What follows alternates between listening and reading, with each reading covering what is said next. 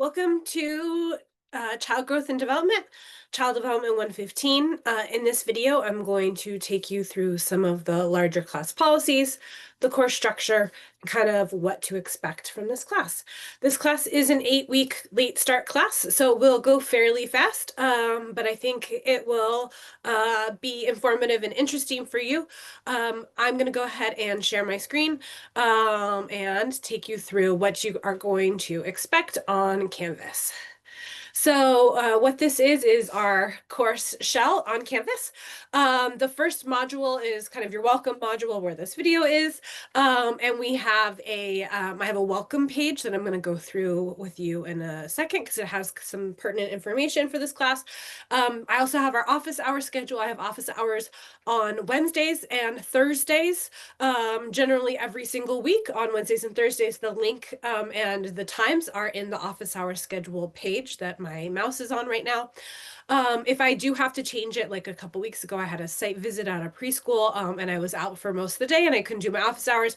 It'll go out in a weekly assignment, a weekly announcement that I send out every Monday. I'll tell you the change in time and give you an alternative, and I'll also put it on this page as well. But for the most part, Wednesdays and Thursdays are my office hours. I also have a link for student support services. By paying the Palomar student fees, you have certain student support services available to you. Some of them are kind of health, mental health. We have a pantry, we have disability support, we have all different types of tutoring resources. And then also through your email or other ways like on social media, we sometimes have fun things that are going on in addition to like athletic games and things like that. Sometimes they'll have free tickets. A couple years ago, they had free tickets to a Galaxy soccer game. That was super fun. And it is fall. And in the past years, they had given away kind of turkey dinners for Thanksgiving. So just keep a general eye out on what is going on campus in case there are fun or free things that you want to take advantage of. I'm going to go ahead and go to my welcome page. So this page will always kind of be here, and this video will always be here in case you ever wanted to come back and kind of go over some of my policies. This is an introduction to the class. I think a big thing that you need to know on the very first day is that there are 12 hours of service learning is required. So I'll have a service learning page that I'm going to show you in a little bit to tell you exactly what service learning is. But in addition to class and content and reading and assignments, you have 12 hours of service learning that you need to be done with by December. So if that is not something that feasibly you can do, you might want to talk with me about dropping the class and going into a class that might fit your kind of scheduling needs right now, because it's basically 12 hours of volunteering. It kind of roughly goes out to like 2 hours a week. If you get a kind of a late start, 3 to 4 hours a week is what some people do. But generally, if you look at like the 8 weeks and like it might take you a week or two to get started, it's basically 2 hours of volunteering that you need to do every week. So this is the video for the class. I also have this syllabus. In order to keep this video brief and not like 2 hours long, I'm not going to take you word through the syllabus. You need to download and read the syllabus on your own. I'm drawing out some of the larger policies you need to be aware of, like rubric, class schedule, some of the links for resources, plagiarism, all those types of things are in my syllabus, and you should read that. If you have any questions, please email me. We do have a free online textbook for this course, so feel free to take a look at that. We'll also do readings from other sources, but there's nothing that you need to buy from this class. And this textbook is an easy way to get some course content. We will be reading from that and other sources throughout the class. My communication, so I check my email Monday through Friday in the morning at midday-ish, and then about 4 o'clock, I'm kind of wrapping up my day, checking my email for the last time and taking care of any last minute things that I need to do before logging out for the day. You can message me on Canvas, or you can, I'm going to put my email in here. I'm just noticing right now, my email will be in here. But you can either, if you look at the screen right now, to the left-hand side, there's a vertical toolbar and it says inbox. My mouse is circling it. If you click on that, you should be able to just kind of shoot me a message that goes straight to my inbox. And my email is also on here, will be on here as well. Please expect a response within 24 business hours, so like bank hours or like kind of more traditional hours. I do not check my email on evenings, early in the morning, or weekends. I'm a human person. I'm not a bot. I'm not always available. So just know that I'm checking my emails. At least 3 times a day. As soon as I see an email from you, I will respond right away. But if you email me Friday evening at 7:30 p.m., you're not going to get a response until Monday morning, probably around 7 or 8 when I start my day. So normal kind of traditional hours are what I work. So best practice in any online class is to take a look at the week's work, because I have broken down this class into modules that follow a kind of Monday through Sunday schedule. So every Monday you will have something due, which means that it's great for asynchronous class workers, people who have lives and things like that. You can work weekends, you can work late hours uh, working on this class.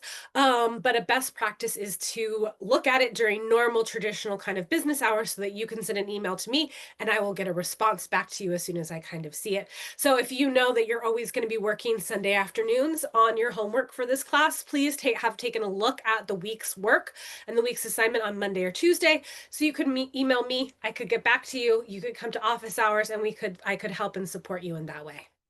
Another part of my kind of communication is for some of your assignments, I give you kind of feedback, right? And for many of you, it's going to be great job, and point out like a great part of it is the feedback, or to give you a gentle suggestion or something like that.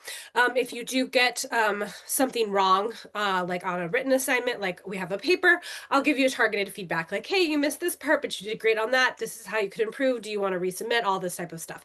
If you have a question or concern about that feedback or that grade, do not leave a comment in your assignment. I do not see it, and I don't get a notification. I don't get an email that you put in a comment on your assignment. So you need to email or message me directly about your grade. That's the only way that I'm going to see it. So let's say it's a 20-point paper. You got a 18, which I think is an A minus. I told you exactly why you don't agree, or you would like to resubmit it, or you would like to redo it, or something like that. Don't leave in the assignment on the paper. There's a little place for a comment. Don't leave another comment for me. I just won't see it. So instead, email me or message me and say, hey, I had a question about my grade for the paper. I got an 18 out of 20. I was wondering if you had a chance to look at this paragraph. I felt that so you're kind of polite and respectful email, or just thank you, or whatever you want to say. Don't just leave me a comment in the assignment. Once again, I don't see it. You need to email me so that I can. And once again, take a look at this syllabus for more of the kind of some of the other policies. My larger kind of policy that most people need to be aware of is kind of late policy. So I will accept late work, but we have to have a prior approval or communication about the late work. So just like 3 weeks ago in another class, somebody said, hey, I'm going to be working 2 doubles. I'm going to be late on this assignment. I'm going to submit it, the next day by 5 p.m. And I was like, great, awesome. Thank you for letting me know. That works fine. So I do accept it. I know that you have lives outside of this class. You have other classes that you're taking. You have a family, friends, work, all those types of things. So I understand that things come up. My own kid, really badly sprained her ankle a couple weeks ago, and the crutches and the knee scooty thing and x-rays and all this type of stuff. So I know that real life kind of impedes on other parts of our other real life. And so I'm more than happy to work with you as long as you're generally letting me know what's going on, and you're submitting regularly. Then I'm not going to have a problem submitting late work. What I do not accept is you did the first week of class and then you pieced out for a month, 6 weeks, 7 weeks, and you're now in the very last week of class, and you're going to try to do all the course content, all the readings, all the service learning, and all of the assignments in 1 week or 5 days, and every day you're submitting 3 more things. You have not grasped the course content. This class is cumulative. We learn about agents of socialization, then we learn about kids, then we learn about families, all this type of stuff in this one theory that we're learning for this course. So you cannot kind of do all of it all at once. And so I won't accept that type of late work. So if you don't do anything for a long time and then you try to submit stuff, I just won't accept it and I will not grade it. If you are having issues with this class, please let me know early and often. There's almost always a solution that we can come up with. If you get COVID and you're out for 6 days, I totally understand that. I'm more than willing to work with you. If you're struggling with some of the course content, let me help you and answer some of those questions. If you need to talk with me more in depth, office hours, you can even email me and we can come up with another time, or I can call you on your phone at another time. There's always ways that we can communicate and ways that I can help you to be successful in this class. But I'm only going to know that in an online class if you email me or message me early and often. I'm going to take you through kind of what the weeks look like, and kind of what to expect from that. And then I'm going to jump back to two of the larger class assignments that you need to be aware of for this class. The first week is a little bit different. So you're going to introduce yourself by Thursday. I need to have a roster because it's an 8-week class to the college, and then the college sends it to the state. That needs to happen fairly fast. So by Thursday, I need you to have just introduced yourself. So I know you're in this class. I know who you are. I have a roster and I can get it to the college. Normally, everything is due on a Monday. And for this week, your reflection will be due on a Monday. So every Monday, I send out an announcement and I'm like, hey, this week in class, we're learning about X, Y, and Z. And you need to look at this and you need to read that and you need to do an assignment or 2 assignments, which will be due the following Monday. So every Monday you get an announcement from me, kind of orienting you on what we're going to be learning about that this week, and then the kind of a to-do list of what you need to do this week in order to stay successful in the class and what assignments are coming due. So that's an example of a reflection. Like for week 2, we'll learn more about the child and the family. So you'll have course content in these 2 pages.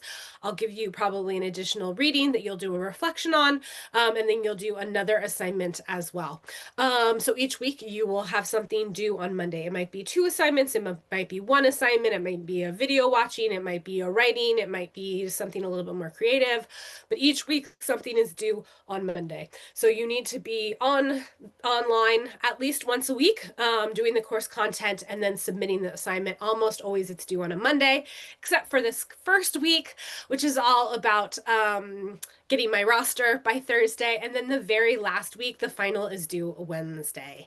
Because the class does end fairly I need to have a few days to go ahead and grade through your final. So it'll be due on a Wednesday, which will give me a Thursday and Friday to finish my grading. And then I'll submit on the last day of class. The week before, on week 7, you have a totally comprehensive review. It's just multiple choice and true false. I give you a huge review, tons of questions, and then I pick 20 of those to be your final exam. Nobody stress, nobody worry. I give you a huge review, and I'm not trying to be tricky or ask you trick questions or anything like that. And then on week 8, you have through Monday to Wednesday to complete the final. So each week we'll be learning more about children, family, community, education, peers.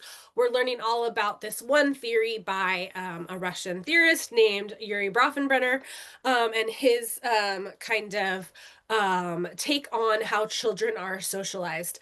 So each week we'll be getting more course content and you'll reinforce that through the assignments that you do that, once again, I know I've said it like 15 times, are due Mondays except for week 1 and week 8. So that was the welcome here. That is the welcome page is always going to be right there. It'll always be the first module. And then you'll see I have all of the weeks. I open them on Mondays. I have them all kind of organized already. And then I'm just updating and changing them throughout the semester. And I open them on a Monday. We do have 2 larger class assignments. The first one is the service learning.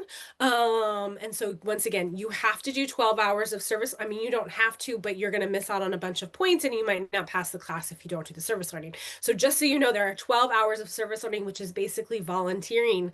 If that is not something that your schedule allows for right now, feel free to email me and talk with me. But you might also kind of want to look for other classes that maybe meet your needs at this current time, because once again, again, this is a fairly large point-wise assignment or kind of requirement for the class.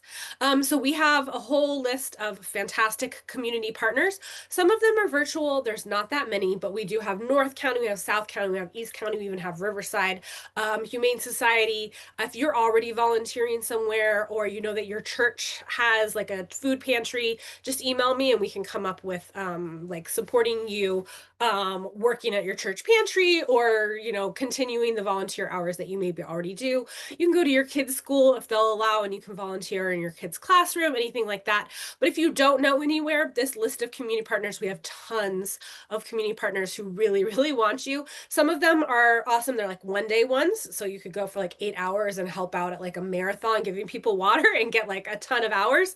Or maybe you want to go every week to the Boys and Girls Club or a church pantry or, your synagogue's clothing closet, something like that. And then we have there's a service learning packet that you need to download and fill out. And then basically that's it. Like if you're doing those hours and you're keeping track of them, that's all I'm kind of looking for. At the very end, there's 3 pieces of paperwork that I want. Each piece of paperwork is worth 10 points, and you get 30 total points. So it's an agreement, a timesheet, and an evaluation, and that's the paperwork that I kind of need from you. And once again, that's in that service learning packet that has all the paperwork. You download that, keep track of your paperwork throughout the semester, and then by December 15th, turn that paperwork, and it's an easy 30 points. What the hard thing is going out, getting the service providing, and doing 2 to 3 hours of service learning or volunteering each week. At the very end as well, you get 30 points for just reflecting on the process. I have some like prompt questions, but you can just kind of tell me about the experience. Maybe you volunteered in a 7th grade classroom because you thought you wanted to be a teacher, but you really struggled with the 7th graders and you're thinking you want to explore older, like high school or maybe younger elementary school. Maybe you loved working in the pantry. Maybe you were at the Humane Society and it was harder than you thought to kind of work with those animals that are in the shelter day to day, but you learned a lot about kind of the systems of working with dogs and people. Just tell me about your process, kind of reflect on it, and kind of how it kind of shaped or changed you possibly as a person. I have some prompts. You don't have to answer each one. They're just more to get you thinking about what you were doing in service learning. So if you do all of your service learning, you'll get 60 points. 60 points is pretty significant. That's why I was like, if you can't spend 2 to 3 hours a week doing some volunteering, you might need to think about this class, because if you don't do it, that's 60 points that you might be losing. That's for sure going down a grade, maybe 2 grades. So once again, if you have questions, please email me. But in this service learning page right here, I have like all of the lists of exactly how you do the service learning. Read through it, click all the links that I provided for you. If you still have questions, I'm more than happy to help you out. And then by mid-November, you have a research paper. So we're going to be going over this woman named Diana Baumrein, and she has 4 parenting styles that she kind of identified. You'll get more in class content and class readings, but there are kind of approaches that we might take towards raising children. And so you are going to write a short research paper on parenting styles. So right here, you have the paper requirements of an introduction, a body, a conclusion, and then also like it should be generally an APA 7th format as well. So you're basically just defining each of her 4 parenting styles and the characteristics about them. You're going to give me 2 real life examples. This could be from a personal experience. Be confidential. Don't be like my Aunt Mary. But you could be like, in my own life, I've seen this in specific cases, or an observation or a case study. Movies would be good, newspapers. Like a lot of times when I give examples of one of the styles is permissive, Regina George's mom from the movie Mean Girls is the perfect example of like a permissive parent. So that would be like a real life example, more real life, more from like fiction and movies, plays, books that you've seen, things like that. But just give me an example of how this might be. And then you also, how does parenting fit within the ecological model? The ecological model is the theory by Yuri Brofenbrenner we'll be learning about all semester. So in the next few weeks, you're going to learn about the theory, you're going to learn about parenting, you're going to learn about parenting styles from me, from course content, from the readings of this class, and then you are going to write a paper by November 17th. So this is the general breakdown right here is the introduction, the body that I just talked about, like with real life observation, real life examples, the conclusion, and then your writing and presentation, which is just your ability to use APA 7th format. You also need to have at least two credible sources, the textbook or something written by someone who's a sociologist in child development and education, or some kind of author that is knowledgeable about Yuri Brofenbrenner and his kind of ecological model, which goes over how we are socialized. How do you write your papers in APA format? We have a quick guide and checklist right here. We have an actual template. All you have to do is make a copy of this template, put it in your own Google Drive, and like we've created it for you. So you don't have to worry about margins and all those types of things. You just put your paper into this literal template that we have for you. Still struggling with APA, Gina, our department chair here in child development, she made you a whole video all about APA 7th and takes you through step by step the process of writing an APA paper if you have not before. Additionally, here is a sample paper, like if you wanted to see it. If you're struggling with how to cite your references, you're going to have two credible sources again, like the textbook, another author, something like that. If you don't know how to make references, literally there's a little AI machine that will do it for you. So you click on that, you put in the book or the article, and it should spit out the citation for you. And then finding credible sources, this is the library main page, and then this is also their APA information as well. Additionally, if you need help and support from me, office hours are so great for this. Once again, Wednesdays and Thursdays. Love to see you there. Come with like the start of your paper and I can help you through it, support you, answer your questions, and also help with APA as needed. So just know that that's available. If my times don't necessarily work with your times, you can always email me and be like, hey, could we meet, and give me like 3 or 4 additional times and I'll pick one and send you a link and we can meet for like 20 or 30 minutes as well. So you have a lot of help from these links that I have provided from you and also from me through office hours or through email as well. So once again, please communicate early and often with me. Please be on Canvas weekly in order to complete the work that's mostly due on Mondays. Look out for my Monday morning announcements where I tell you what we're going to be learning about. Know that there's a service learning requirement. Take a look at all the links that I've provided for you and then ask me for any additional clarification, or if you're already volunteering and know of a place that's not on the list, just generally email me so we can make sure that it will work for you. And then you also have a larger paper as well. This is a fun and kind of informative class all about socialization and all about childhood and how we are socialized in our own childhoods. I really hope that you enjoy it. It is a fast-paced class. But please know that I am here and happy to help you and to be successful. Otherwise, I will see you guys more online. Have a great day. Bye.